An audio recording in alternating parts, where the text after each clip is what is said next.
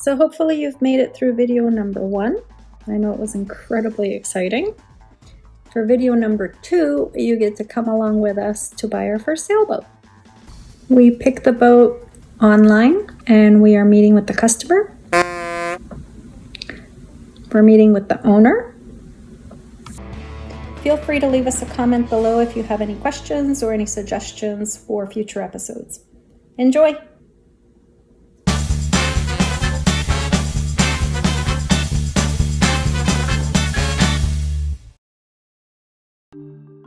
We arrived to the boatyard and the seller gave us a quick first walk around the boat as we introduced ourselves.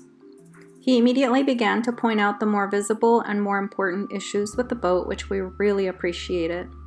From the start, it was apparent he wanted to be honest with us. He told us he purchased the boat 2 years ago, along with his partner, and they enjoyed sailing it very much, but now had to sell it due to some health reasons. As he told us all of this, he explained they didn't feel the way that the mast was attached to the bracket on the deck was very sound with just one bolt, so they reinforced it with a piece of aluminum on the inside.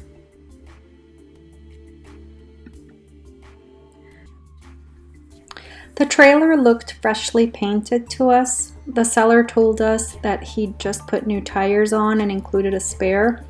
As we got down to look underneath and behind the tires, we noted quite a bit of rust, but the trailer being made of steel overall really looked pretty sturdy to us. Not visible in this part of the video, but it did come with a porta potty and a barbecue grill, and these are screens for mosquitoes, and it had a stove. The interior had a lot of wood with a lot of spots all over it, indicating quite a bit of mold and just oldness. So they would pretty much all need to be sanded and restained and really cleaned up. Battery had a sticker with the date from 2011 on it, and surprisingly it still worked. But we decided that we were going to go ahead and get a new one anyway. We didn't want to run any risks in the middle of the water out somewhere. And here you can see a little bit more wood with some more staining and potentially some mold right here in the corner. So definitely quite a bit of work to do. The seller told us not to count on any of the electrical system. He basically said the wiring was pretty much shot and that we would need to redo the whole thing. So all of the sails were inside bags, well folded, looked in good condition. We took them all out.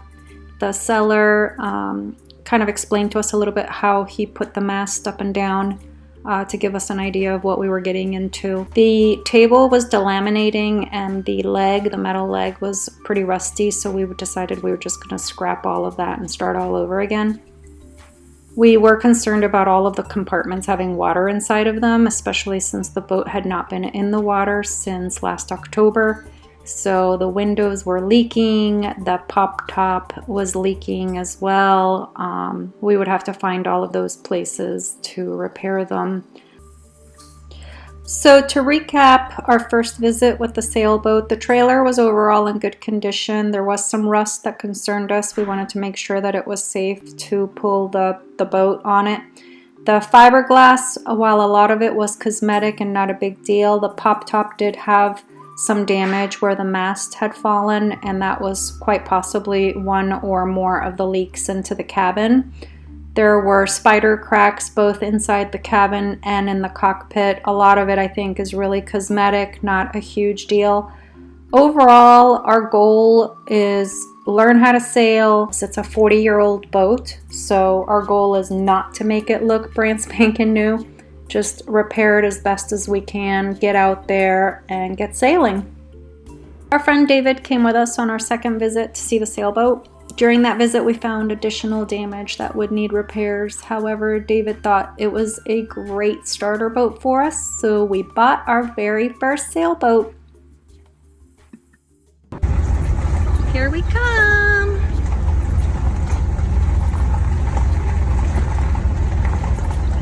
She is still there. That's a good sign.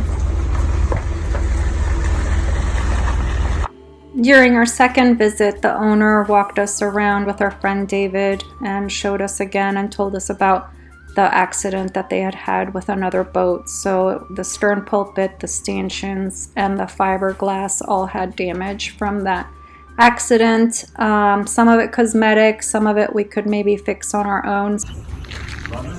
Picking up our very first sailboat, and this little bitty thing is going to tow that monster. So this should be interesting. During our second visit, we also paid a little bit more attention to the motor.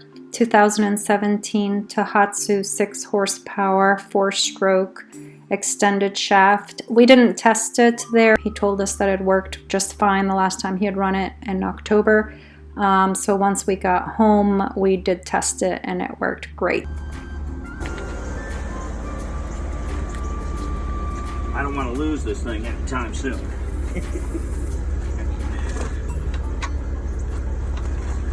You double check that. See if it hook on. He's on there. Yep. Down. And the chains? The chain's fixing to go on. Fixing? Fixing go on. Alright, let's see if the Jeep can pull this thing.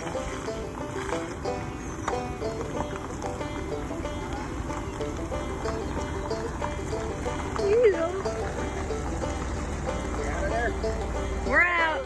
We're out.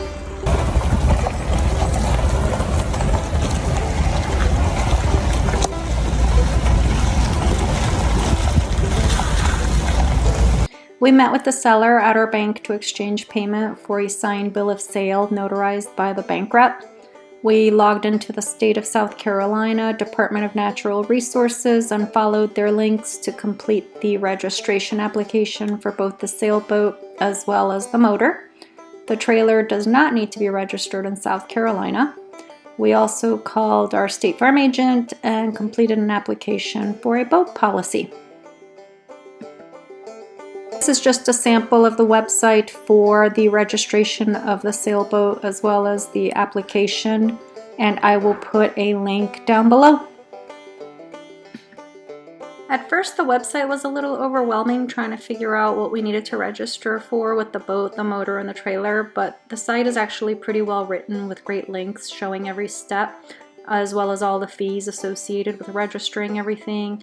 Links included access to a map of boat ramps in the whole state of South Carolina, a list of safety requirements when boating, so we started researching that pretty much immediately so that we could be prepared. We completed the registration about a month prior to making this video, and to date we have not yet received any registration documents. We are going to assume there's a delay due to COVID-19. I guess I should probably stand in the driveway and do hand signals.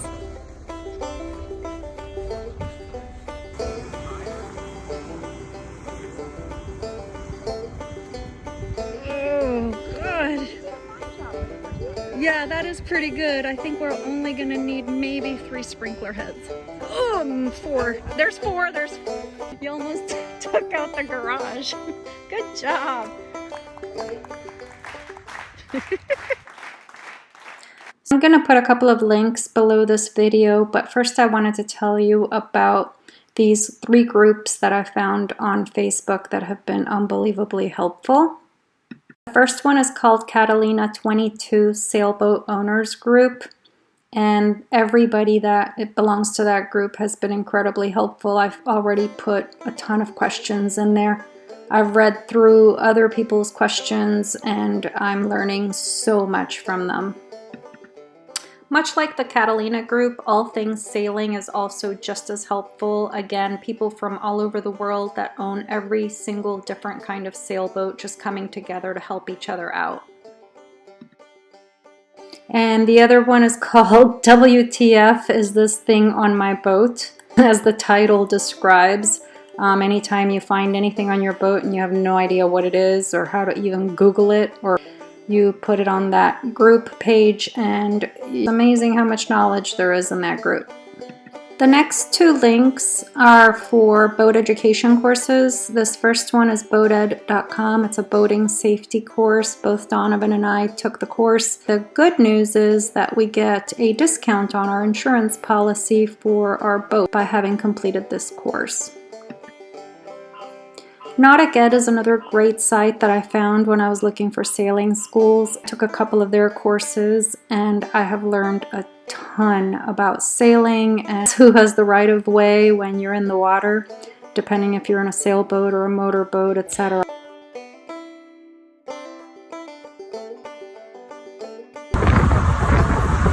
On our way for our first sailing lesson, incredibly excited.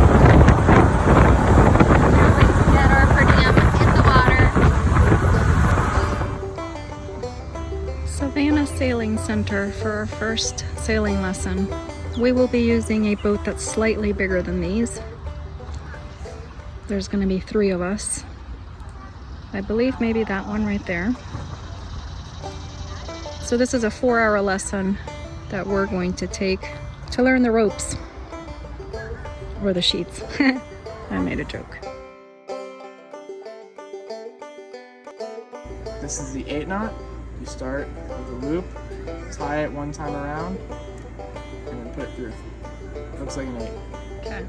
Next you have your square knot. You start with right over left, twist it like you're tying a shoe, and now left over right. And Right twist it over left and then left over right. Got it. just like that. Okay. Now the bowline, you go slow on this one. You make a hold, make a loop, make sure it's over the top, like that. Okay. Bunny comes out of a hole.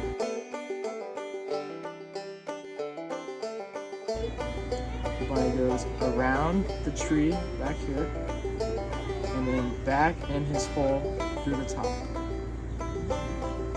So pull. Pull like, you pinch these 2 lines right here. Okay. And that gives you the loop so you can tie it to chairs. Okay. And then the cleat one, I think I still remember that one. Cleavage. I don't know if I have enough line, but once around the base, over the top, and you can go one more time and twist it off. If you have enough line. If I have enough line. Yeah, you can use this one if you want, but I get the point. Yeah. Or you don't even have to do that. You can just twist it off. Right. Like that.